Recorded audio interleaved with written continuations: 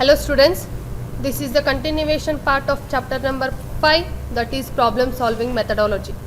In the last video, I already explained about what is the problem, how we solve a particular problem, what is the definition of problem, and what is the meaning of algorithm, what are the characteristics of algorithm, and who invented the algorithm.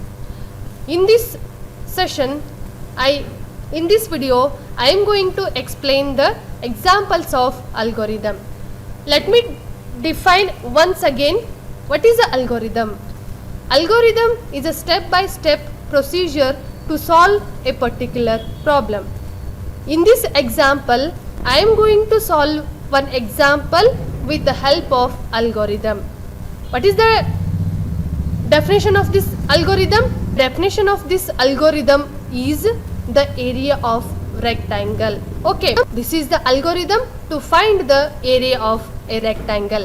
How we solve this example through the help of algorithm? Algorithm consists of finite number of steps. Okay, step here in this example step 1 to step 5. Right, ಇಲ್ಲಿ ನೋಡಿ ನಾನು ಒಂದು ಅಲ್ಗೋರಿದಮ್ದ example ಅನ್ನು ತಗೊಂಡಿದ್ದೀನಿ. ಯಾವ್ದು algorithm ಬರೀತಿದ್ದೀನಿ ಅಂತಂದ್ರೆ to find the area of a rectangle. Rectangle ಏರಿಯಾನ ಫೈಂಡ್ ಮಾಡಬೇಕಾಗಿದೆ. ಹೌದಾ, ರೆಕ್ಟ್ಯಾಂಗಲ್ ಏರಿಯಾನ ಫೈಂಡ್ ಮಾಡಬೇಕಾಗಿರ್ತಕ್ಕಂಥ ಸಂದರ್ಭದಲ್ಲಿ ನನಗೆ ಫಸ್ಟ್ ಏನು ಗೊತ್ತಿರಬೇಕು, ರೆಕ್ಟ್ಯಾಂಗಲ್ ಏರಿಯಾ ಫೈಂಡ್ ಔಟ್ ಮಾಡಕ್ಕೆ ಫಾರ್ಮುಲಾ ಏನು ಅಂತೇಳಿ ಗೊತ್ತಿರಬೇಕು. ಹೌದಾ, ಫಾರ್ಮುಲಾ ಏನು? Length into bread.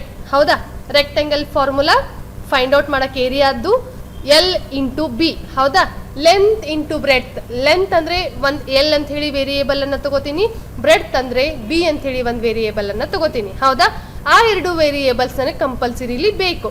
ಅವೆರಡನ್ನೂ ನಾನು ಏನಂತ ಕನ್ಸಿಡರ್ ಮಾಡ್ಕೋಬೇಕು? ಇನ್ಪುಟ್ ಅಂತ ಹೇಳಿ ಕನ್ಸಿಡರ್ ಮಾಡ್ಕೋಬೇಕು. ಯಾಕಂದ್ರೆ ಏರಿಯಾನ ಫೈಂಡ್ ಔಟ್ ಮಾಡಬೇಕಾದ್ರೆ ನಾನು ಲೆಂತ್ ಎಷ್ಟು ಅನ್ನೋದನ್ನ ಕೊಡಬೇಕು, ಆಮೇಲೆ ಬ್ರೆಡ್ತ್ ಎಷ್ಟು ಅನ್ನೋದನ್ನ ಕೊಡಬೇಕು. ಹೌದಾ, ಅವೆರಡನ್ನೂ ಮಲ್ಟಿಪ್ಲಿಕೇಶನ್ ಮಾಡಿದಾಗ ನನಗೆ ಇನ್ನೊಂದು ಕಡೆ ಅದೇನಾಗಬೇಕು? ಸ್ಟೋರ್ ಆಗಬೇಕು. ಇನ್ನೊಂದು ನಂಬರ್ನಲ್ಲಿ ಅಥವಾ ಇನ್ನೊಂದು ವೇರಿಯೇಬಲ್ನಲ್ಲಿ ನನಗೆ ಅದೇನಾಗಬೇಕು?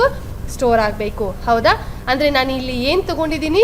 Rectangle is equals to length into breadth ಅಂತ ಹೇಳಿ ತಗೊಂಡಿದ್ದೀನಿ. This is the main operation of this algorithm. ಹೌದಾ, ಆ ಅಲ್ಗೋರಿದಮ್ನಲ್ಲಿ ನಾನು ಬರೆದಿರ್ತಕ್ಕಂಥದ ಫಾರ್ಮುಲಾ ಏನು ಅಂತಂದ್ರೆ ಎಲ್ ಇಂಟು ಬಿ. ಹೌದಾ, that L into B answer is going to store in the variable R E C, that is the output. ಹೌದಾ, ಇಲ್ಲಿ ನೋಡಿ ಫಸ್ಟ್ ಸ್ಟೆಪ್ 1 ಅಂತ ಹೇಳಿ ಬರಿಬೇಕು. ಕೂಲನ್ ಸಿಂಬಲ್ ಅನ್ನು ಹಾಕಬೇಕು. Start and stop are the keyword to write the algorithm. To start the algorithm we are using start, to end the algorithm we are using stop. ಇಲ್ಲಿ ನೋಡಿ ಸ್ಟೆಪ್ 1 ನಲ್ಲಿ ನಾನು ಏನು ಬರೆದಿದ್ದೀನಿ? ಸ್ಟಾರ್ಟ್ ಅಂತ ಹೇಳಿ ಬರೆದಿದ್ದೀನಿ. ಸ್ಟೆಪ್ 2 ನಲ್ಲಿ ಏನು ಬರೆದಿದ್ದೀನಿ ಅಂತಂದ್ರೆ ನನಗೆ ಆ ಪ್ರಾಬ್ಲಮ್ ಅನ್ನ ಸಾಲ್ವ್ ಮಾಡಕ್ಕೆ ಏನು ರಿಕ್ವೈರ್ಮೆಂಟ್ಸ್ ಬೇಕು? ಒಂದು ಲೆಂತ್ ಬೇಕು, ಒಂದು ಬ್ರೆಡ್ತ್ ಬೇಕು. ಹೌದಾ, ಅವೆರಡನ್ನೂ ನಾನು ಏನಂತ ತಗೊಂಡಿದ್ದೀನಿ? ಇನ್ಪುಟ್ ಅಂತ ಹೇಳಿ ತಗೊಂಡಿದ್ದೀನಿ. ಯಾಕಂದ್ರೆ ನಾನು ಅದನ್ನ ಕೊಡಬೇಕಾಗತ್ತೆ ಯೂಸರಿಗೆ. ಅದನ್ನ ಕೊಟ್ಟಾಗ ಮಾತ್ರ ನನಗೆ ಏನಾಗತ್ತೆ? ರೆಕ್ಟ್ಯಾಂಗಲ್ ಏರಿಯಾ ಫೈಂಡ್ ಔಟ್ ಮಾಡಕ್ಕೆ ಹೆಲ್ಪ್ ಆಗತ್ತೆ. ಹೌದಾ, ನಾವು ಏನು ಕೊಡ್ತಿರ್ತೀವಲ್ಲ, ಪ್ರೊಸೀಡ್ ಮಾಡ್ತಿರ್ತೀವಲ್ಲ, ಅದಕ್ಕೆ ನಾವು ಏನಂತ ಕರಿತೀವಿ? ಇನ್ಪುಟ್ ಅಂತ ಹೇಳಿ ಕರಿತೀವಿ. ಹೌದಾ, ಇನ್ಪುಟ್ ನಾನು ಏನು ಕೊಡ್ಬೇಕು? ಇಲ್ಲಿ ಒಂದು ಲೆಂತ್ ಅನ್ನ ಕೊಡಬೇಕು, ಒಂದು ಬ್ರೆಡ್ತ್ ಅನ್ನ ಕೊಡಬೇಕು. Length is indicated as small L and breadth is indicated as small B. Each variables are separated by comma. ಹೌದಾ, ಒಂದು ವೇರಿಯೇಬಲ್ ಆದ ನಂತರ ನಾವೇನು ಹಾಕಬೇಕು? ಕಾಮಾ ಹಾಕಬೇಕು. ಇನ್ಪುಟ್ ಅಂತ ಹೇಳಿ ನೀವು ಕ್ಯಾಪಿಟಲ್ ಲೆಟರ್ನಲ್ಲಿ ಬರೆದ್ರೂ ಬರುತ್ತೆ ಅಥವಾ ಸ್ಮಾಲ್ ಲೆಟರ್ನಲ್ಲಿ ಬರೆದ್ರೂ ಬರುತ್ತೆ. ಹೌದಾ, ಅಲ್ಲಿ ನೋಡಿ ಮೇಲೆ ನಾನು ಏನು ಮಾಡಿದ್ದೀನಿ? ಸ್ಕ್ವೇರ್ ಬ್ರಾಕೆಟ್ನಲ್ಲಿ read the values of L comma B ಅಂತೇಳಿ ಬರೆದಿದ್ದೀನಿ. ಇದನ್ನು ನಾನು ಹೇಗೆ ಬರಿಬೇಕು ಅಂತಂತಂದರೆ ಕೆಳಗಡೆ ನಾನು ಏನು ಆಪರೇಷನ್ ಅನ್ನು ಪರ್ಫಾರ್ಮ್ ಮಾಡ್ತಿದ್ದೀನಿ ಅನ್ನೋದದ್ದು ಬ್ರೀಫ್ ಎಕ್ಸ್ಪ್ಲನೇಷನ್ ಅದು. ಹೌದಾ, ಸ್ಕ್ವೇರ್ ಬ್ರಾಕೆಟ್ನಲ್ಲಿ ಬರೆದಿರ್ತಕ್ಕಂಥದ್ದೇನು, ನಾನು ಕೆಳಗಡೆ ಏನು ವರ್ಕ್ ಮಾಡ್ತಿದ್ದೀನಿ ಅಂದರೆ ನಾನು ಆ ಸ್ಟೆಪ್ನಲ್ಲಿ ಏನು ವರ್ಕ್ ಮಾಡಬೇಕು? ನಾನು ಏನು ಮಾಡಬೇಕು? ರೀಡ್ ಮಾಡಬೇಕು. ಏನು ರೀಡ್ ಮಾಡಬೇಕು? ದ ವ್ಯಾಲ್ಯೂಸ್ ಆಫ್ ಎಲ್ ಮತ್ತು ಬಿನ ರೀಡ್ ಮಾಡಬೇಕು ಅಂತ ಅರ್ಥ. ಹೌದಾ, ಅದು ನನಗೆ ಆಪ್ಷನಲ್. ಅದನ್ನು ಕಂಪಲ್ಸರಿಲಿ ನೀವು ಅಲ್ಗೋರಿದಮ್ನಲ್ಲಿ ಬರಿಬೇಕಂತ ಏನು ರೂಲ್ಸ್ ಇಲ್ಲ. ಅದು ಬರೆದ್ರೂ ನಡೆಯುತ್ತೆ, ಬಿಟ್ಟರೂ ನಡೆಯುತ್ತೆ. ಬಟ್ ನನಗೆ ಬರಿಬೇಕಾಗಿದ್ದಂಥ ಇಂಪಾರ್ಟೆಂಟ್ ಸ್ಟೆಪ್ ಯಾವುದು? Input L comma B. ಅದನ್ನು ಕಂಪಲ್ಸರಿಲಿ ಬರೀಲೇಬೇಕು. ಯಾಕಂದರೆ ನಾನು ಏನು ಇನ್ಪುಟ್ ಕೊಟ್ಟರೆ ನನಗೆ ಏರಿಯಾ ಫೈಂಡ್ ಆಗುತ್ತೆ ಅಂತೇಳಿ ಗೊತ್ತಿರಬೇಕು. ಹೌದಾ, ಒಂದು ಲೆಂತ್ ಇನ್ಪುಟನ್ನು ಕೊಟ್ಟೆ, ಒಂದು ಬ್ರೆಡ್ತ್ ಇನ್ಪುಟನ್ನು ಕೊಟ್ಟೆ. ಈಗೇನು ಮಾಡಬೇಕು? Mean operation. What is the operation to perform the area of rectangle? The operation is L into B, ಅಂದರೆ ಲೆಂತ್ ಇಂಟು ಬ್ರೆಡ್ತ್ ಅಂತ ಅರ್ಥ. ಹೌದಾ, ಅದನ್ನು ನಾನು ಏನು ಮಾಡ್ತಿದ್ದೀನಿ? REC ಅಂತ ಹೇಳಿ ಒಂದು ವೇರಿಯೇಬಲ್ನಲ್ಲಿ ಸ್ಟೋರ್ ಮಾಡ್ತಿದ್ದೀನಿ. L into B multiplication answer is going to store in the variable name REC. ಹೌದಾ, ನಾನು ಸ್ಕ್ವೇರ್ ಬ್ರಾಕೆಟ್ನಲ್ಲಿ ಏನು ಮಾಡ್ತಿದ್ದೀನಿ? Calculate the area of rectangle ಅಂತೇಳಿ ಬರ್ದಿದ್ದೀನಿ. ಕ್ಯಾಲ್ಕುಲೇಟ್ ಏರಿಯಾ ಆಫ್ ರೆಕ್ಟಾಂಗಲ್ ಅನ್ನು ನಾನು ಯಾವುದು ಫಾರ್ಮುಲಾ ಥ್ರೂ ಕ್ಯಾಲ್ಕುಲೇಟ್ ಮಾಡ್ತಿದ್ದೀನಿ? ಲೆಂತ್ ಇಂಟು ಬ್ರೆಡ್ತ್ ಫಾರ್ಮುಲಾದಿಂದ ಕ್ಯಾಲ್ಕುಲೇಟ್ ಮಾಡ್ತಿದ್ದೀನಿ. ಹೌದಾ, ಅದು ಆಪ್ಷನಲ್ ಇರುತ್ತೆ ಸ್ಕ್ವೇರ್ ಬ್ರಾಕೆಟ್ನಲ್ಲಿ ಬರೆದಿರೋದು. ನೀವು ಡೈರೆಕ್ಟ್ ಬರೆದ್ರೂ ನಡೆಯುತ್ತೆ. REC is equals to L into B ಬರೆದ್ರೆ ಸ್ಟೆಪ್ 3 ಮುಗೀತು. ಹೌದಾ, ಅದನ್ನು ನಾನು ಯಾಕೆ ಬರ್ದಿದ್ದೀನಿ ಅಂದರೆ ನಾನು ಆ ಸ್ಟೆಪ್ನಲ್ಲಿ ಏನು ವರ್ಕ್ ಮಾಡ್ತಿದ್ದೀನಿ ಅನ್ನೋದು ನಿಮಗೆ ಅಂಡರ್ಸ್ಟ್ಯಾಂಡ್ ಆಗಬೇಕು ಅಂತ ನಾನು ಫಸ್ಟ್ ಎಕ್ಸಾಂಪಲ್ನಲ್ಲಿ ಮಾತ್ರ ಬರೆದಿರೋದು. ಸೆಕೆಂಡ್ ಎಕ್ಸಾಂಪಲ್ನಲ್ಲಿ ಬರೆದಿಲ್ಲ. ನೀವು ಎಕ್ಸಾಮ್ನಲ್ಲಿ ಬರಿಬೇಕಾದ ಅವಶ್ಯಕತೆ ಇಲ್ಲ. ನೀವು ಎಕ್ಸಾಮ್ನಲ್ಲಿ ಏನು ಬರಿಬೇಕು? Step 1 start, step 2 input L, B, step 3 REC is equals to L into B, step 4 output REC, step 5 stop ಅಂತೇಳಿ ಬರಿಬೇಕು. ಹೌದಾ, ಇಲ್ಲಿ ನೋಡಿ ಈಕ್ವಲ್ ಟು ಸೈನ್ ಅನ್ನ ಯೂಸ್ ಮಾಡಿದ್ದೀನಿ ನಾನು. ಈಕ್ವಲ್ ಟು ಸೈನ್ ಏನನ್ನ ಯೂಸ್ ಮಾಡತ್ತೆ ಅಂದ್ರೆ ಅಸೈನ್ಮೆಂಟ್ ಅನ್ನ ಯೂಸ್ ಮಾಡತ್ತೆ. ಅಂದ್ರೆ ಎಲ್ ಇಂಟು ಬಿ ವ್ಯಾಲ್ಯೂ ಏನ್ ಬರತ್ತಲ್ಲ ಅದು REC ಗೆ ಅಸೈನ್ ಆಗತ್ತೆ. ಅಂದ್ರೆ REC ವೇರಿಯೇಬಲ್ ನಲ್ಲಿ ಸ್ಟೋರ್ ಆಗತ್ತೆ ಅಂತ ಅರ್ಥ. ಹೌದಾ, step 4 what is the step 4 here? Step 4 is output REC. ಅಂದ್ರೆ REC ನಲ್ಲಿ ನನಗೆ ಬರ್ದಿರ್ತಕ್ಕಂಥ ವ್ಯಾಲ್ಯೂ ಏನಾಗಬೇಕು? ಔಟ್ಪುಟ್ ಅಂತ ಹೇಳಿ ಪ್ರಿಂಟ್ ಆಗಬೇಕು. Next last step is end of N algorithm, that is stop, STOP. ಹೌದಾ, ಅಲ್ಗೋರಿದಮ್ ಅನ್ನ ಹೇಗೆ ಬರಿಬೇಕು ಅಂತ ಗೊತ್ತಾಯ್ತಾ? ಅಲ್ಗೋರಿದಮ್ ಅನ್ನ ಬರೀಲಿಕ್ಕೆ ಸ್ಟೆಪ್ಸ್ ಅನ್ನ ಯೂಸ್ ಮಾಡ್ತೀವಿ. ಅದು ಹೇಗೆ ಸ್ಟೆಪ್ಸ್ ಇರಬೇಕು ಅಂತಂದ್ರೆ ಫೈನೈಟ್ ನಂಬರ್ ಆಫ್ ಸ್ಟೆಪ್ಸ್ ಇರಬೇಕು. ಅಂದ್ರೆ ಇಷ್ಟು ಸ್ಟೆಪ್ನಲ್ಲಿ ನನಗೆ ಆ ಅಲ್ಗೋರಿದಮ್ ಮುಗಿಯತ್ತೆ ಅಂತೇಳಿ ಐಡಿಯಾ ಇರಬೇಕು. ಫಸ್ಟ್ ಸ್ಟೆಪ್ ಏನು ಮಾಡಬೇಕು? ಸ್ಟಾರ್ಟ್ ಮಾಡಬೇಕು. ಲಾಸ್ಟ್ ಸ್ಟೆಪ್ ಏನು ಮಾಡಬೇಕು? ಸ್ಟಾಪ್ ಮಾಡಬೇಕು. ಸ್ಟಾರ್ಟ್ ಆದ ನಂತರ ನೆಕ್ಸ್ಟ್ ಸ್ಟೆಪ್ ನನಗೇನಿರುತ್ತೆ?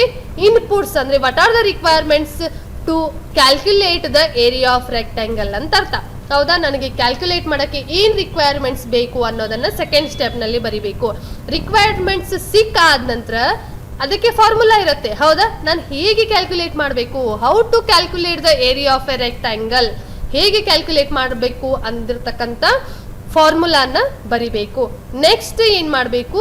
ಆನ್ಸರ್ ಪ್ರಿಂಟ್ ಆಗಬೇಕು. ಹೌದಾ, ಅದಾದ ನಂತರ ನನಗೆ ಅಲ್ಗೋರಿದಮ್ ಸ್ಟಾಪ್ ಆಗಬೇಕು. Means step 1 is start, step 2 is input L, B, each inputs are separated by the symbol comma. Step 3 REC is equals to L into B, the value L into B is stored in the variable REC. Next step is we are going to print the REC variable, means the value of REC. ಹೌದಾ, ನನಗಲ್ಲಿ REC variable print ಆಗಲ್ಲ. REC variable ಬದಲಿ ಆ ವೇರಿಯೇಬಲ್ನಲ್ಲಿ ಇರ್ತಕ್ಕಂಥ value ಏನಾಗುತ್ತೆ? Print ಆಗತ್ತೆ. Step 5 ಏನಾಗುತ್ತೆ? Stop ಆಗತ್ತೆ. ಹೌದಾ, this is the small example for algorithm. ಇಲ್ಲಿ ನೋಡಿ, this is the second example for how to write an algorithm. Design an algorithm to calculate the simple interest given the principal amount, rate and time. Right, here these three are the requirements: principal amount, rate and time. Now we are calculate the simple interest. ಹೌದಾ, ನೀವು simple interest ಅನ್ನ already find ಮಾಡಿರ್ತೀರಿ. ಹೌದಾ, ನಿಮ್ಮ ಹೈಸ್ಕೂಲಲ್ಲೇ ಇರ್ಬೋದು ಅಥವಾ ಈಗ already ಕಲ್ತಿರ್ತಕ್ಕಂಥ ಚಾಪ್ಟರ್ಸ್ನಲ್ಲೇ ಇರ್ಬೋದು. Simple interest formula ಗೊತ್ತಿದೆ ನಿಮಗೆ, PTR ಡಿವೈಡೆಡ್ ಬೈ 100 ಅಂತ ಹೇಳಿ. ಹೌದಾ, P into T into R. P means principal amount, R means rate, T means time divided by 100. This is the formula for finding the simple interest value. Right, ಈಗ ನಾನು ಏನು ಮಾಡಬೇಕು? ಮೊದಲಿಗೆ formula ಗೊತ್ತಿದೆ, ಆಮೇಲೆ ನನಗೆ ಪ್ರಾಬ್ಲಮ್ ಡೆಫಿನೇಷನ್ ಗೊತ್ತಿದೆ. ಅಂದರೆ ಈ ಪ್ರಾಬ್ಲಮ್ನಲ್ಲಿ ಏನು ಮಾಡಬೇಕು ಅಂತ ಅನ್ನೋದು ಗೊತ್ತಿದೆ, ಔಟ್ಪುಟ್ ಏನು ಬರುತ್ತೆ ಅನ್ನೋದು ಗೊತ್ತಿದೆ. ಹೌದಾ, ಅಂದರೆ ಈಗ ನಾನು ಏನು ಮಾಡಬೇಕು? ಅಲ್ಗೋರಿದಮ್ ಬರೆಯೋಕ್ಕೆ ಸ್ಟಾರ್ಟ್ ಮಾಡಬೇಕು. Step 1 start. Right, step 2 input PTR, P, T, R. ಅಂದರೆ ಪಿ ವ್ಯಾಲ್ಯೂ ಬರ್ದಿರ್ಬೇಕು, ಟಿ ವ್ಯಾಲ್ಯೂ ಬರ್ದಿರ್ಬೇಕು, ಆರ್ ವ್ಯಾಲ್ಯೂ ಬರ್ದಿರ್ಬೇಕು. ಅಂದಾಗ ಮಾತ್ರ ನನಗೆ ಏನಾಗತ್ತೆ, ಸಿಂಪಲ್ ಇಂಟ್ರೆಸ್ಟ್ ಕ್ಯಾಲ್ಕುಲೇಟ್ ಆಗತ್ತೆ. ಹೌದಾ? ಪಿ ವ್ಯಾಲ್ಯೂ ನನಗೆ ಗೊತ್ತಿರಬೇಕು, ಟಿ ವ್ಯಾಲ್ಯೂ ಗೊತ್ತಿರಬೇಕು, ಆರ್ ವ್ಯಾಲ್ಯೂ ಗೊತ್ತಿರಬೇಕು. ಪಿ ಟಿ ಆರ್ ಅಂತ ಹೇಳಿ 3 ವೇರಿಯೇಬಲ್ಸ್ ಅನ್ನ ತಗೋತೀನಿ. ಆ 3 ವೇರಿಯೇಬಲ್ಸ್ ಅನ್ನ ಕಾಮಾದಿಂದ ಸಪರೇಟ್ ಮಾಡ್ಕೋತೀನಿ. ಅದನ್ನ ಇನ್ಪುಟ್ ಅಂತ ಹೇಳಿ ತಗೋತೀನಿ. ಹೌದಾ? ನೆಕ್ಸ್ಟ್ ಸ್ಟೆಪ್ ನಲ್ಲಿ ನಾನು ಏನ್ ಮಾಡ್ಬೇಕು, ಆಲ್ರೆಡಿ ಸ್ಟಾರ್ಟ್ ಮಾಡಾಗಿದೆ, ಇನ್ಪುಟ್ಸ್ ಅನ್ನ ತಗೊಂಡಾಗಿದೆ. ನೆಕ್ಸ್ಟ್ ಮಾಡ್ಬೇಕಾಗಿರತಕ್ಕಂತ ವರ್ಕ್ ಏನು ಅಂತಂದ್ರೆ, how we write the simple interest formula. ಹೌದಾ? ಸಿಂಪಲ್ ಇಂಟ್ರೆಸ್ಟ್ ಫಾರ್ಮುಲಾ ಏನು, P into T into R divided by 100. P into T into R is return in brackets, pair of brackets. ಹೌದಾ? ಅದನ್ನ bracket ನಲ್ಲಿ ಬರ್ಕೋಬೇಕು, ಯಾಕಂದ್ರೆ ನನಗೆ P T R at a time calculate ಆಗುತ್ತೆ. ಹೌದಾ? Divided by 100. That is the value assign to the variable S I. ಹೌದಾ? S I ಅಂತ ಹೇಳಿ ಒಂದು ವೇರಿಯೇಬಲ್ ಅನ್ನ ತಗೊಂಡಿದ್ದೀನಿ. ಯಾಕೆ ಅಂತಂದ್ರೆ ಎಸ್ ಐ ವೇರಿಯೇಬಲ್ ನಲ್ಲಿ ನನಗೆ P T R divided by 100 ಮಾಡಿರ್ತಕ್ಕಂಥ ವ್ಯಾಲ್ಯೂ ಬಂದು ಸ್ಟೋರ್ ಆಗಬೇಕು. ಅಂದ್ರೆ the answer is stored in the variable S I. Right? Next step 4 is output S I. S I ನಲ್ಲಿ ಬಂದಿರತಕ್ಕಂಥ ವ್ಯಾಲ್ಯೂ ನನಗೆ ಏನಾಗಬೇಕು, ಪ್ರಿಂಟ್ ಆಗಬೇಕು ಔಟ್ಪುಟ್ ನಲ್ಲಿ. Step 5 is stop. ರೈಟ್? ಈಗ ನೋಡಿ, ಈ ಅಲ್ಗೋರಿದಮ್ ನಲ್ಲಿ ನಾನು ಹೇಗೆ ಬರ್ದಿದ್ದೀನಿ ಅಂತಂದ್ರೆ, start input P comma T comma R. Next, SI is equals to P into T into R divided by 100. This is the formula for finding the value of simple interest. Right? Next, output SI means simple interest. S andre simple, I andre interest. Simple interest ಅನ್ನ find ಮಾಡಿರ್ತಕ್ಕಂಥ ವ್ಯಾಲ್ಯೂನ ನಾನು ಎಲ್ಲಿ store ಮಾಡಿದ್ದೀನಿ, SI variable ನಲ್ಲಿ store ಮಾಡಿದ್ದೀನಿ. Last step stop ಮಾಡಿದ್ದೀನಿ. ಹೌದಾ? ಇದು ನಿಮಗೆ ಅಲ್ಗೋರಿದಮ್ಸ್ ಎಕ್ಸಾಂಪಲ್. ಹೌದಾ? ಫಸ್ಟ್ ಒಂದು ಎಕ್ಸಾಂಪಲ್ ಹೇಳಿದೆ, ಯಾವುದು, ಏರಿಯಾ ಆಫ್ ರೆಕ್ಟ್ಯಾಂಗಲ್. ಸೆಕೆಂಡ್ ಒಂದು ಎಕ್ಸಾಂಪಲ್ ಹೇಳಿದೆ, simple interest, to calculate the simple interest. ನಿಮಗೆ ಜಾಸ್ತಿ ಎಕ್ಸಾಂಪಲ್ಸ್ ನಾನು ಕ್ಲಾಸ್ನಲ್ಲಿ ಹೇಳ್ತೀನಿ. ಇವೆರಡು ಎಕ್ಸಾಂಪಲ್ಸ್ ನಿಮಗೆ ಅಲ್ಗೋರಿದಮ್ ಅಂದ್ರೆ ಏನು ಅಂತ ಹೇಳಿ ತಿಳ್ಕೊಳ್ಳಿಕ್ಕೆ ಹೆಲ್ಪ್ ಆಗತ್ತೆ. ಹೌದಾ? Next I want to explain the advantages of algorithm. Let me see what are the advantages of algorithm. Algorithm ಬರೆಯೋದಕ್ಕೆ ಏನು ಅಡ್ವಾಂಟೇಜ್ ಇದೆ? ಹೌದಾ? ನಾವು ಅಲ್ಗೋರಿದಮ್ ಅನ್ನ ಯಾಕೆ ಬರಿಬೇಕು ಅಂತಂದಾಗ, it is a very easy to understand. ನಾನು ಅಲ್ಗೋರಿದಮ್ ಬರೆಯೋದ್ರಿಂದ ನನಗೆ ಏನಾಗತ್ತೆ, ಆ ಪ್ರಾಬ್ಲಮ್ ಅನ್ನ ನೀಟಾಗಿ ಅಂಡರ್ಸ್ಟ್ಯಾಂಡ್ ಮಾಡ್ಕೊಳ್ಳಿಕ್ಕೆ ಪಾಸಿಬಲ್ ಆಗತ್ತೆ. ಹೌದಾ? ಈಗ ನಾನು ಏನೂ ಕಲಿದೇ ಇರ್ತಕ್ಕಂಥ ಮನುಷ್ಯನ ಕಡೆ ಹೋಗಿ ಏರಿಯಾ ಆಫ್ ರೆಕ್ಟ್ಯಾಂಗಲ್ ನನಗೆ ಫೈಂಡ್ ಔಟ್ ಮಾಡಿ ವ್ಯಾಲ್ಯೂ ಹೇಳಿ ಅಂತಂದಾಗ ಅವ್ರಿಗೆ ಏನಾಗತ್ತೆ, ಅದ್ರ ಬಗ್ಗೆ ಏನು ನಾಲೆಜ್ ಇರಲ್ಲ. ಅದೇ ನಾನು ಆ ಅಲ್ಗೋರಿದಮ್ ಅನ್ನ ತೋರಿಸಿ ಇದಕ್ಕೆ ನನಗೆ ವ್ಯಾಲ್ಯೂಸ್ ಹಾಕಿ ಮಾಡಿಕೊಡಿ ಅಂತಂದಾಗ ಈಸಿಲಿ ಆ ಮನುಷ್ಯ ಏನ್ ಮಾಡ್ತಾನೆ, ಏರಿಯಾ ಆಫ್ ರೆಕ್ಟ್ಯಾಂಗಲ್ ವ್ಯಾಲ್ಯೂನ ನನಗೆ ಹೇಳ್ತಾನೆ. ಹೌದಾ? ಅಂದ್ರೆ ನಾನು ಸ್ಟೆಪ್ ಬೈ ಸ್ಟೆಪ್ ಬರೆದಾಗ ಯಾವುದೇ ವ್ಯಕ್ತಿ, ಕಲಿದೇ ಇರ್ತಕ್ಕಂಥ ವ್ಯಕ್ತಿ ಕೂಡ ನಾವೇನ್ ಮಾಡ್ಬೋದು, ಆ ಪ್ರಾಬ್ಲಮ್ ಅನ್ನ ಅಂಡರ್ಸ್ಟ್ಯಾಂಡ್ ಮಾಡಿಸೋಕೆ ಈಸಿ ಆಗತ್ತೆ. ಹೌದಾ? He has got a definite procedure. ಆ ಅಲ್ಗೋರಿದಮಿಗೆ it has got a definite procedure. ಆ ಅಲ್ಗೋರಿದಮಿಗೆ ಒಂದು ಡೆಫಿನಿಟ್ ಆಗಿ ಪ್ರೊಸೀಜರ್ ಇರುತ್ತೆ. ಹೇಗೆ ಅಂತಂದ್ರೆ, ಫಸ್ಟ್ ನಾನು ಸ್ಟಾರ್ಟ್ ಮಾಡಬೇಕು, ನೆಕ್ಸ್ಟ್ ಇನ್ಪುಟ್ಸ್ ಅನ್ನ ಕೊಡಬೇಕು, ನೆಕ್ಸ್ಟ್ ಫಾರ್ಮುಲಾಸ್ ಅನ್ನ ಬರಿಬೇಕು, ಅಂದ್ರೆ ಮೇನ್ ಆಪರೇಷನ್ ಅನ್ನ ಬರಿಬೇಕು, ನೆಕ್ಸ್ಟ್ ಔಟ್ಪುಟ್ ಅನ್ನ ಬರಿಬೇಕು, ನೆಕ್ಸ್ಟ್ ನಾನು ಏನ್ ಮಾಡಬೇಕು, ಸ್ಟಾಪ್ ಆಗಬೇಕು. ಅಂದ್ರೆ ಇಂತಿಷ್ಟು ಪ್ರೊಸೀಜರ್ ನಲ್ಲಿ ನನಗೆ ಒಂದು ಸಿಂಪಲ್ ಅಲ್ಗೋರಿದಮ್ ಮುಗಿದು ಹೋಗುತ್ತೆ. ಹೌದಾ? ಅಂದ್ರೆ ನಾನು ಮೊದಲಿಗೆ ಸ್ಟಾಪ್ ಮಾಡಲ್ಲ, ಯಾಕಂದ್ರೆ ಮೊದಲಿಗೆ ಸ್ಟಾರ್ಟೇ ಮಾಡಬೇಕು. ನಾನು ಸ್ಟಾರ್ಟ್ ಆದ ನಂತರ ಔಟ್ಪುಟ್ ಅನ್ನ ಪ್ರಿಂಟ್ ಮಾಡಲ್ಲ. ಯಾಕೆ ಔಟ್ಪುಟ್ ಪ್ರಿಂಟ್ ಮಾಡಂಗಿಲ್ಲ? ನಾನೇನು ಇನ್ಪುಟ್ಸ್ ಅನ್ನ ತಗೊಂಡಿರೋದಿಲ್ಲ, ಏನು ಕ್ಯಾಲ್ಕುಲೇಷನ್ ಮಾಡಿರೋದಿಲ್ಲ. ಔಟ್ಪುಟ್ ಅನ್ನ ಹೇಗೆ ಪ್ರಿಂಟ್ ಮಾಡಬೇಕು? ಹೌದಾ? ಹಾಗೆಲ್ಲ ಬರೀಲಿಕ್ಕೆ ಬರಲ್ಲ. ಅಡ್ವಾಂಟೇಜಸ್ ನನಗಿದೆ. ಹೇಗೆ ಅಡ್ವಾಂಟೇಜ್ ಆಗತ್ತೆ? ಡೆಫಿನಿಟ್ ಪ್ರೊಸೀಜರ್ ಇರತ್ತೆ. ಅಂದ್ರೆ ನಾನು ಒಂದ್ಸತಿ ಅದನ್ನ ನೋಡಿದಾಗ ಕರೆಕ್ಟ್ ಆ ಅಲ್ಗೋರಿದಮ್ ನಲ್ಲಿ ಏನ್ ವರ್ಕ್ ಆಗ್ತಿದೆ ಅನ್ನೋದು ನನಗೆ ಅಂಡರ್ಸ್ಟ್ಯಾಂಡ್ ಮಾಡ್ಕೊಳ್ಳೋಕೆ ಈಸಿ ಆಗತ್ತೆ. ಹೌದಾ? ಅಂದ್ರೆ it has got a definite procedure. ಅದಕ್ಕೆ ಒಂದು ಡೆಫಿನಿಟ್ ಆಗಿ ಪ್ರೊಸೀಜರ್ ಇದೆ, ಹೀಗೆ ಬರಿಬೇಕು ಅಂತ ಹೇಳಿ. Right? It is a independent of programming language. ನಾವು ಒಂದು ಅಲ್ಗೋರಿದಮ್ ಅನ್ನ ಯಾವುದೇ ಬೇಕಾದ ಪ್ರೋಗ್ರಾಮಿಂಗ್ ಲ್ಯಾಂಗ್ವೇಜ್ ನಲ್ಲಿನೂ ಕೂಡ ಪ್ರೋಗ್ರಾಮ್ಸ್ ಅನ್ನ ಬರೀಲಿಕ್ಕೆ ಹೆಲ್ಪ್ ಆಗತ್ತೆ. ಅದು ಯಾವುದೇ ಪ್ರೋಗ್ರಾಮಿಂಗ್ ಮೇಲೆ ಡಿಪೆಂಡೆಂಟ್ ಇಲ್ಲ. ನಾವು ಅಲ್ಗೋರಿದಮ್ ಅನ್ನ ಬೇರೆ ಬರಿಬಹುದು, ಪ್ರೋಗ್ರಾಮ್ ಅನ್ನ ಬೇರೆ ಬರಿಬಹುದು. ಒಂದು ಅಲ್ಗೋರಿದಮ್ ಬರ್ತಿರ್ತಕ್ಕಂಥ ಅಲ್ಗೋರಿದಮ್ ಮೇಲೆ ನಾನು ಯಾವುದೇ ಬೇಕಾದ ಪ್ರೋಗ್ರಾಮಿಂಗ್ ಲ್ಯಾಂಗ್ವೇಜಸ್ ಅನ್ನ ಅಪ್ಲೈ ಮಾಡಬಹುದು. ಆ ಪ್ರೋಗ್ರಾಮಿಂಗ್ ಲ್ಯಾಂಗ್ವೇಜಿಗೆ ಬೇರೆ ಅಲ್ಗೋರಿದಮ್, ಈ ಪ್ರೋಗ್ರಾಮಿಂಗ್ ಲ್ಯಾಂಗ್ವೇಜಿಗೆ ಬೇರೆ ಅಲ್ಗೋರಿದಮ್ ಅಂತಿಲ್ಲ. ನೀವು ಅದನ್ನ ಅಲ್ಗೋರಿದಮ್ಸನ್ನು ಎಕ್ಸ್ಟೆಂಡ್ ಮಾಡ್ತಾ ಹೋಗ್ಬೋದು. ಪ್ರೋಗ್ರಾಮ್ ನೀವು ಹೆಂಗೆ ಬರೀತಿರಲ್ಲ ಆ ರೀತಿ, ಅಂದರೆ ಪ್ರೋಗ್ರಾಮಿಂಗ್ ಲ್ಯಾಂಗ್ವೇಜ್ ಯಾವುದು ನೀವು ಯೂಸ್ ಮಾಡಿರ್ತೀರಲ್ಲ ಆ ಪ್ರೋಗ್ರಾಮಿಂಗ್ ಲ್ಯಾಂಗ್ವೇಜ್ ಥರ ನೀವು ಬರೀತಾ ಹೋಗಬೇಕು. ಬಟ್ ಅದು ಅದ್ರ ಮೇಲೆ ಡಿಪೆಂಡ್ ಇರೋಂಗಿಲ್ಲ, ಇಂಡಿಪೆಂಡೆಂಟ್ ಇರುತ್ತೆ. It is easy to debug. ನಾವು ಇದನ್ನು ಏನು ಮಾಡ್ಬೋದು, ಈಸಿಲಿ ಎರರ್ಸ್ ಎಲ್ಲಿದ್ದಾವೆ ಅಂತೇಳಿ ಫೈಂಡ್ ಔಟ್ ಮಾಡ್ಬೋದು. ಯಾಕೆ ಫೈಂಡ್ ಔಟ್ ಮಾಡ್ಬೋದು ಅಂತಂದರೆ ಇದು step by step procedure to solve a particular problem. ಇಲ್ಲಿ ನೋಡಿ, ನಾನು ಯಾವುದೇ ಎರರ್ ತೊಗೊಂಡಾಗ ಆ ಎರರ್ ಕೋಡಿಂಗ್ ಪಾರ್ಟ್ ಅಂದರೆ ನನಗೆ ಮೇನ್ ಆಪ್ರೇಷನ್ನಲ್ಲಿ ಬಂದಿತ್ತು ಅಂತಂದರೆ ಡೈರೆಕ್ಟಾಗಿ ಕರ್ಸರ್ ಮೇನ್ ಆಪ್ರೇಷನ್ನಿಗೆ ಹೋಗುತ್ತೆ. ಅಥವಾ ಇನ್ಪುಟ್ನಲ್ಲಿ ಬಂದಾಗ ಡೈರೆಕ್ಟ್ ಕರ್ಸರ್ ನನಗೆ ಎಲ್ಲಿ ಹೋಗುತ್ತೆ, ಇನ್ಪುಟ್ಟಿಗೆ ಹೋಗುತ್ತೆ. ಔಟ್ಪುಟ್ನಲ್ಲಿ ಬಂದಾಗ ಡೈರೆಕ್ಟ್ ಕರ್ಸರ್ ಎಲ್ಲಿಗೆ ಹೋಗುತ್ತೆ, ಔಟ್ಪುಟ್ಟಿಗೆ ಹೋಗುತ್ತೆ. ಈ ರೀತಿಲಿ ನಾವು ಏನು ಮಾಡ್ಬೋದು, ಈಸಿಲಿ ವಿ ಕ್ಯಾನ್ ಡಿಬಗ್ ಅಂಥೇಳಿ ಹೇಳ್ಬೋದು. Right. Next, only one disadvantage is there for the algorithm, that is it is a time consuming. ಇದೇನಾಗುತ್ತೆ, ನಾನು ಜಸ್ಟ್ ಸ್ಮಾಲ್ ಎಕ್ಸಾಂಪಲ್ಸ್ ತೊಗೊಂಡಿದ್ದೀನಿ ನಿಮಗೆ, ಹೌದಾ? ಯಾವುದು ರೆಕ್ಟ್ಯಾಂಗಲನ್ನು ಫೈಂಡ್ ಔಟ್ ಮಾಡೋದು, ಏನು ರೆಕ್ಟ್ಯಾಂಗಲ್ದಲ್ಲಿ ಏರಿಯಾನ ಫೈಂಡ್ ಔಟ್ ಮಾಡೋದು, ಅಥವಾ ಸ್ಕ್ವೇರ್ನಲ್ಲಿ ಏರಿಯಾನ ಫೈಂಡ್ ಔಟ್ ಮಾಡೋದು, ಅಥವಾ ನಾನೇನು ತೊಗೊಂಡಿದ್ದೀನಿ ಸಿಂಪಲ್ ಇಂಟ್ರೆಸ್ಟನ್ನು ಕ್ಯಾಲ್ಕುಲೇಟ್ ಮಾಡೋದು. ಇದು ಸಿಂಪಲ್ ಎಕ್ಸಾಂಪಲ್ಸಿಗೆ ಓಕೆ, ಹೌದಾ? ನಾನು ಜಾಸ್ತಿ ಲಾಂಗ್ ಇರ್ತಕ್ಕಂಥ ಎಕ್ಸಾಂಪಲ್ಸ್ ತಗೋತಾ ಹೋದಾಗ ನನಗೆ ಅಲ್ಗೋರಿದಮ್ ಬರೋಕ್ಕೆ ಏನಾಗುತ್ತೆ, ಟೈಮ್ ಜಾಸ್ತಿ ಬೇಕಾಗತ್ತೆ. That is the main disadvantage of this algorithm. Next, I want to explain how we analyze the algorithm, means the best algorithm this is, or this is a worst algorithm, this is a average algorithm. How we analyze that particular algorithm, right? There may be more than one approach to solve a problem.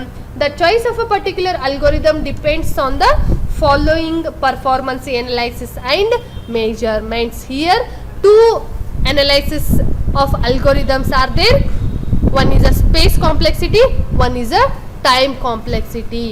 How we analyze the algorithm, how we say that is the best algorithm, that is the worst algorithm. First we can analyze that algorithm by best, worst or average cases, right? Then what is the meaning of space complexity? The amount of memory needed by the algorithm to complete its run. ಹೌದಾ? ಇಲ್ಲಿ ನೋಡಿ, analysis of algorithm ಅಂತಂದರೆ ಏನು? ಈಗ ನಾನು 2 ಅಲ್ಗೋರಿದಮ್ಸನ್ನು ಬರೆದಿದ್ದೀನಿ, ಹೌದಾ? Same algorithm ಬರೆದಾಗ ನನಗೆ ಯಾವ ಅಲ್ಗೋರಿದಮ್ ಬೆಸ್ಟ್ನಲ್ಲಿ ವರ್ಕ್ ಆಗತ್ತೆ ಅಂತ ಹೇಳಿ ಹೇಳಬೇಕು, ಹೌದಾ? ಒಂದು ಅಲ್ಗೋರಿದಮನ್ನು ಅಡಿಷನ್ ಆಫ್ 2 ನಂಬರ್ಸ್ ಬರೆದಿರ್ತೀನಿ, ಸಿಂಪಲ್ ಅಲ್ಗೋರಿದಮ್ ಬರ್ದಿರ್ತೀನಿ. ಒಂದು ಅಲ್ಗೋರಿದಮ್ನಲ್ಲಿ ನಾನು ಏನು ಮಾಡಿರ್ತೀನಿ, ಎಡಿಷನ್ ಆಫ್ ಅಲ್ಗೋರಿದಮ್ ಅನ್ನ ಯೂಸಿಂಗ್ ಫಂಕ್ಷನ್ ಬರ್ದಿರ್ತೀನಿ, ಹೌದಾ? ನಾನು ಯಾವುದಕ್ಕೆ ಬೆಸ್ಟ್ ಅಲ್ಗೋರಿದಮ್ ಅಂತ ಹೇಳ್ಬೋದು, ನನಗೆ ಯಾವುದು ಕಡಿಮೆ ಸ್ಪೇಸ್ ತಗೊಳತ್ತೆ, ಯಾವುದು ಟೈಮಿಂಗ್ ಕಡಿಮೆನಲ್ಲಿ ಎಕ್ಸಿಕ್ಯೂಷನ್ ಆಗುತ್ತೆ, that is the best algorithm, ಹೌದಾ? The amount of the space and amount of the time is to be less, that algorithm becomes best algorithm ಅಂತ ಹೇಳಿ ನಾನು ಹೇಳ್ಬೋದು, ಹೌದಾ? ಅಲ್ಗೋರಿದಮ್ ಅನ್ನ ತಗೊಂಡಾಗ ಯಾವುದು ನಾನು ಬೆಸ್ಟ್ ಅಂತ ಹೇಳ್ಬೋದು, ಯಾವುದು ವರ್ಸ್ಟ್ ಅಂತ ಹೇಳ್ಬೋದು ಅನ್ನೋದನ್ನ ನಾನು ಏನು ಮಾಡಬೇಕು, ಅನಲೈಸಿಸ್ ಆಫ್ ಅಲ್ಗೋರಿದಮ್ ನಲ್ಲಿ ಹೇಳಬೇಕು, ಹೌದಾ? ಅದನ್ನ ನಾನು ಹೆಂಗ್ ಫೈಂಡ್ ಔಟ್ ಮಾಡಬೇಕು, 3 ಕೇಸಸ್ ನಲ್ಲಿ ಫೈಂಡ್ ಮಾಡಬೇಕು. ಒಂದು ಬೆಸ್ಟ್ ಅಲ್ಗೋರಿದಮ್, ಒಂದು ಎವರೇಜ್ ಅಲ್ಗೋರಿದಮ್, ಒಂದು ವರ್ಸ್ಟ್ ಅಲ್ಗೋರಿದಮ್. ಬೆಸ್ಟ್ ಕೇಸ್ ಏನು ಅಂತಂದ್ರೆ ನಾನು ಹೇಳ್ತೀನಿ, ನೆಕ್ಸ್ಟ್ ಹೇಳಬೇಕಾದ್ರೆ ಹೇಳ್ತೀನಿ. ಅದಕ್ಕಿಂತ ಮುಂಚೆನೂ ನಾನು ಏನು ಕಲಿಬೇಕು, what is the meaning of space complexity, what is the meaning of time complexity, ಹೌದಾ? ಅಂದ್ರೆ ಸ್ಪೇಸ್ ಕಾಂಪ್ಲೆಕ್ಸಿಟಿ ಅಂದ್ರೆ ಏನು ಅಂತ ಕಲಿಬೇಕು, ಟೈಮ್ ಕಾಂಪ್ಲೆಕ್ಸಿಟಿ ಅಂದ್ರೆ ಏನು ಅಂತ ಕಲಿಬೇಕು. ಒಂದು ಅಲ್ಗೋರಿದಮ್ ನನಗೆ ಕಂಪ್ಲೀಟ್ ಆಗಿ ರನ್ ಆಗಕ್ಕೆ ಎಷ್ಟು ಅಮೌಂಟ್ ಆಫ್ ಮೆಮರಿನ ತಗೊಳತ್ತೆ ಅನ್ನೋದು ಸ್ಪೇಸ್ ಕಾಂಪ್ಲೆಕ್ಸಿಟಿ. ಒಂದು ಅಲ್ಗೋರಿದಮ್ ಕಂಪ್ಲೀಟ್ ಆಗಿ ರನ್ ಆಗಕ್ಕೆ ಅಮೌಂಟ್ ಆಫ್ ಟೈಮ್ ಎಷ್ಟು ತಗೊಳತ್ತೆ ಅನ್ನೋದು time complexity. The amount of time the algorithm needed to complete its run, ಹೌದಾ? ಅಂದರೆ ನನಗೆ ಒಂದು ಅಲ್ಗೋರಿದಮ್ ಕಂಪ್ಲೀಟ್ ಆಗಿ ರನ್ ಆಗಕ್ಕೆ ಎಷ್ಟು ಅಮೌಂಟ್ ಆಫ್ ಟೈಮ್ ತಗೊಳತ್ತೆ, that is nothing but the time complexity. ಎಷ್ಟು ಅಮೌಂಟ್ ಆಫ್ ಮೆಮ್ರಿನ ಯುಟಿಲೈಸ್ ಮಾಡ್ಕೊಳತ್ತೆ, ಅಂದರೆ ಎಷ್ಟು ಅಮೌಂಟ್ ಆಫ್ ಮೆಮ್ರಿನ ಅದು ಯೂಸ್ ಮಾಡ್ಕೊಳತ್ತೆ ಅನ್ನೋದು space complexity, right? Space complexity, time complexity 2 terms ನಿಮಗೆ ಅಂಡರ್ಸ್ಟ್ಯಾಂಡ್ ಆದು ಅಂತ ಹೇಳಿ ತಿಳ್ಕೊತೀನಿ, ಹೌದಾ? When we analyze the algorithm depends on input data. There are 3 cases. ನಾವು ಅನಲೈಸಿಸ್ ಆಫ್ ಅಲ್ಗೋರಿದಮ್ ಮಾಡಬೇಕಾದ್ರೆ ಅದು ಇನ್ಪುಟ್ಸ್ ಮೇಲೆ ಡಿಪೆಂಡ್ ಇರುತ್ತೆ, ಹೌದಾ? How we can give the inputs, at that time we can analyze the algorithm, that is the best algorithm, that is the average algorithm, that is the worst algorithm. Suppose ನಾನು ಒಂದು set of numbers ಅನ್ನ ತಗೊಂಡಿದ್ದೀನಿ, ಹೌದಾ? 10, 20, 30, 40, 50 5 numbers ಅನ್ನ ತಗೊಂಡಿದ್ದೀನಿ. ಆ 5 numbers ನಲ್ಲಿ ನಾನು ಒಂದು ನಂಬರ್ ಅನ್ನ ಸರ್ಚ್ ಮಾಡ್ತಿದ್ದೀನಿ, ಹೌದಾ? 10 ನಂಬರ್ ಅನ್ನ ಸರ್ಚ್ ಮಾಡ್ತಿದ್ದೀನಿ. ನಾನು ತಗೊಂಡಿರ್ತಕ್ಕಂಥ ನಂಬರ್ಸ್ ಯಾವುದು? 10, 20, 30, 40, 50, ರೈಟ್? 10 ಸರ್ಚ್ ಮಾಡ್ತಿದ್ದೀನಿ. 10 ನಂಬರ್ ಸರ್ಚ್ ಮಾಡಕ್ಕೆ ನನಗೆ ಏನಾಗುತ್ತೆ, ಆ ಲಿಸ್ಟ್ ನಲ್ಲಿ ಇರ್ತಕ್ಕಂಥ ಪ್ರತಿಯೊಂದು ನಂಬರ್ಸ್ ಜೊತೆ ಅದು ಕಂಪೇರ್ ಮಾಡ್ತಾ ಹೋಗುತ್ತೆ, ಹೌದಾ? ಫಸ್ಟ್ ಗೆ ನನಗೆ ಏನಾಗುತ್ತೆ, 10 ಜೊತೆನೆ ಕಂಪೇರ್ ಆಗುತ್ತೆ. 10 is equal to 10 means 10 searched successfully, right? In the very first situation, very first initial time ನನಗೆ ಏನಾಗುತ್ತೆ, 10 ಸಕ್ಸಸ್ಫುಲ್ ಆಗಿ ಸರ್ಚ್ ಆಗುತ್ತೆ. That is nothing but the best case, ಹೌದಾ? ಆ ಲಿಸ್ಟ್ ನಲ್ಲಿ ನಿಮಗೆ 10 ಫಸ್ಟ್ ಸ್ಪೇಸ್ ನಲ್ಲಿ ಇರುತ್ತೆ, ಅಂದ್ರೆ ಫಸ್ಟ್ ಪೊಸಿಷನ್ ನಲ್ಲಿ ಇದ್ದಾಗ ಅದು ನೆಕ್ಸ್ಟ್ ಯಾವುದೇ ನಂಬರ್ಸ್ ಅನ್ನ ಕಂಪೇರ್ ಮಾಡೋದು ಅವಶ್ಯಕತೆ ಇರಲ್ಲ. ಫಸ್ಟ್ ಟೈಮಿಗೆ ಫಸ್ಟ್ ಪೊಸಿಷನ್ಗೆ ನನಗೆ ಎಲಿಮೆಂಟ್ ಸರ್ಚ್ ಆಗತ್ತೆ ಅಂತಂದ್ರೆ that is the best case ಅಂತ ಅರ್ಥ, ಹೌದಾ? ಎವರೇಜ್ ಕೇಸ್, ಈಗ ನಾನು 30 ತಗೊಂಡೆ ನಂಬರ್, ಹೌದಾ? 30 ತಗೊಂಡಾಗ ನನಗೇನಾಗತ್ತೆ, ಆ ಲಿಸ್ಟ್ ನಲ್ಲಿ ಇರ್ತಕ್ಕಂಥ ಎಲ್ಲಾ ನಂಬರ್ಸ್ ಜೊತೆ ಅದು ಕಂಪೇರ್ ಆಗಬೇಕು. ಫಸ್ಟ್ 10 ಜೊತೆ ಕಂಪೇರ್ ಆಗುತ್ತೆ. 10 is equal to 30, no, go to the next step. 20 is equal to 30, no, go to the next step. 30 is equal to 30, ಹೌದಾ? 30 ಮತ್ತೆ 30 ನನಗೇನಾಗತ್ತೆ, ಈಕ್ವಲ್ ಆಗುತ್ತೆ. The item is searched successfully, right? ಇಲ್ಲಿ ನೋಡಿ, 10 ಮತ್ತೆ 20 ನನಗೆ ಸರ್ಚ್ ಮಾಡಕ್ಕೆ ಟೈಮ್ ತಗೊಂಡಿರತ್ತೆ. 10 ಸರ್ಚ್ ಮಾಡಿದಾಗ ಎಷ್ಟು ಬೇಗನೆ ನಿಮಗೆ ಸರ್ಚ್ ಆಗಿರ್ತದಲ್ಲ, ಅಷ್ಟು ನಿಮಗೆ 30 ಕೊಟ್ಟಾಗ ಸರ್ಚ್ ಮಾಡೋಕ್ಕಾಗಲ್ಲ. ಯಾಕಂದ್ರೆ ನನಗೆ 2 ಎಲಿಮೆಂಟ್ಸ್ ಸರ್ಚ್ ಆಗಿ ನೆಕ್ಸ್ಟ್ 3rd ಎಲಿಮೆಂಟಿಗೆ ಹೋಗಿರುತ್ತೆ. ಅಲ್ಲಿ ನಿಮಗೆ ಟೈಮ್ ಕನ್ಸ್ಯೂಮ್ ಆಗಿರುತ್ತೆ. ಎಷ್ಟು? Average amount of time, right? That is nothing but the average case. Last ನಾನು ಏನು ಮಾಡಿದೆ, ಎಲಿಮೆಂಟ್ 50 ಕೊಟ್ಟೆ, ರೈಟ್? 10 ಜೊತೆ ಕಂಪೇರ್ ಆಗಬೇಕು. 10 is equal to 50, no, 10 is not equal to 50, go to the next step. 20 ಜೊತೆ compare ಆಗಬೇಕು. 20 is equal to 50, no, go to the next step. 30 is equal to 50, ಇಲ್ಲ. Next go to the next step, that is 40 is equal to 50, no, ಅಲ್ಲಿನೂ ಕೂಡ ನನಗೆ element search ಆಗಲ್ಲ. ನೋಡಿ, first position ನಿಂದ ನೀವು ಎಲ್ಲಿ ಪೊಸಿಷನ್ ತನಕ ಬಂದಿದ್ದೀರಿ, 4th ಪೊಸಿಷನ್ ತನಕ ಬಂದಿದ್ದೀರಿ. ಅಷ್ಟು ನಿಮಗೆ already amount of time loss ಆಗಿರುತ್ತೆ, ಹೌದಾ? ಅಂದ್ರೆ ವೇಸ್ಟ್ ಆಗಿರುತ್ತೆ. ಅದನ್ನೆಲ್ಲ ಸರ್ಚ್ ಮಾಡೋ ತನಕ ನಿಮ್ದು ಟೈಮ್ ಕನ್ಸ್ಯೂಮ್ ಆಗಿರುತ್ತೆ. ನೆಕ್ಸ್ಟ್ 50ಗೆ ಬರ್ತೀರಿ. 50 is present in the very last position. Last position ನಲ್ಲಿ ನಿಮಗೆ 50 ಸರ್ಚ್ ಆಗತ್ತೆ. 50 is equal to 50, the element searched successfully, right? ಅವಾಗ ನಾನೇನಂತೀನಿ, 10 ಸರ್ಚ್ ಆದಾಗ ನನಗೆ ಅಮೌಂಟ್ ಆಫ್ ಟೈಮ್ ಮಿನಿಮಮ್ ತಗೊಂಡಿರತ್ತೆ. 30 ಸರ್ಚ್ ಆದಾಗ ನನಗೆ ಅಮೌಂಟ್ ಆಫ್ ಟೈಮ್ ಎವರೇಜ್ ತಗೊಂಡಿರತ್ತೆ. 50 ಸರ್ಚ್ ಆದಾಗ ನನಗೆ ಅಮೌಂಟ್ ಆಫ್ ಟೈಮ್ ಏನು ತಗೊಂಡಿರುತ್ತೆ, ಜಾಸ್ತಿ ತಗೊಂಡಿರತ್ತೆ. ಮೋರ್ ಅಮೌಂಟ್ ಆಫ್ ಟೈಮ್ ತಗೊಂಡಿರತ್ತೆ, ಹೌದಾ? ಅದಕ್ಕೆ ನಾನೇನಂತ ಕರಿತೀನಿ, ವರ್ಸ್ಟ್ ಕೇಸ್ ಅಂತ ಹೇಳಿ ಕರಿತೀನಿ. ಅಂದ್ರೆ ಗೊತ್ತಾಯ್ತಾ? What is the meaning of best case? The amount of time a program might be expected to take on best possible input data, right? Next average case, the amount of time a program might be expected to take on typical input data or average input data. Next is last case, that is worst case, the amount of time a program would take on the worst possible input configuration. ಅಂದ್ರೆ very first position ನಲ್ಲಿ ನನಗೆ element search ಆದಾಗ that is the best case, middle search ಆದಾಗ that is the average case, ಲಾಸ್ಟ್ಗೆ search ಆದಾಗ ನನಗೆ ಅದು worst case ಆಗತ್ತೆ. ನೆಕ್ಸ್ಟ್ ಕ್ಲಾಸ್ ನಲ್ಲಿ ನಾನು ಏನ್ ಹೇಳ್ತೀನಿ, ಅಲ್ಗೋರಿದಮ್ಸ್ ಅನ್ನ ಪಿಕ್ಚೋರಿಯಲ್ ರಿಪ್ರೆಸೆಂಟೇಷನ್ ಹೇಗೆ ಮಾಡಬೇಕು ಅನ್ನೋದನ್ನ ಹೇಳ್ತೀನಿ. ಈಗ ನೋಡಿ, this completes your analysis of algorithm. Okay, ಇಲ್ಲಿ ನೋಡಿ, ಇದು ಅಲ್ಗೋರಿದಮ್ ಬಗ್ಗೆ ಮುಗೀತು, ಹೌದಾ? ಅಲ್ಗೋರಿದಮ್ ಅನ್ನ ಹೇಗೆ ಬರೀಬೇಕು, what are the characteristics of algorithm, how we define the algorithm and how we analyse that is the best algorithm or that is the worst algorithm, ಹೌದಾ? ಇಷ್ಟು ನಿಮಗೆ ಗೊತ್ತಾಯ್ತು. ಈಗ ನಾನು ಏನ್ ಮಾಡಬೇಕು, ಇನ್ನೂ ಪ್ರೋಗ್ರಾಮ್ ಬರ್ದಿಲ್ಲ, ನಾನು ಜಸ್ಟ್ ಅಲ್ಗೋರಿದಮ್ ಬರ್ದಿದ್ದೀನಿ. ಈ ಅಲ್ಗೋರಿದಮ್ ಅನ್ನ ನೆಕ್ಸ್ಟ್ ಡಿಸೈನ್ ಪಾರ್ಟಿಗೆ ಕನ್ವರ್ಟ್ ಮಾಡಬೇಕು. ಡಿಸೈನ್ ಪಾರ್ಟಿಗೆ ಕನ್ವರ್ಟ್ ಮಾಡಬೇಕಾಗಿತ್ತು ಅಂತಾಗ ಆ ಅಲ್ಗೋರಿದಮ್ ಅನ್ನ ಫ್ಲೋ ಚಾರ್ಟಿಗೆ ಕನ್ವರ್ಟ್ ಮಾಡಬೇಕು. ಅಂದ್ರೆ pictorial representation of that algorithm is nothing but the flow chart. That is continued in the next class.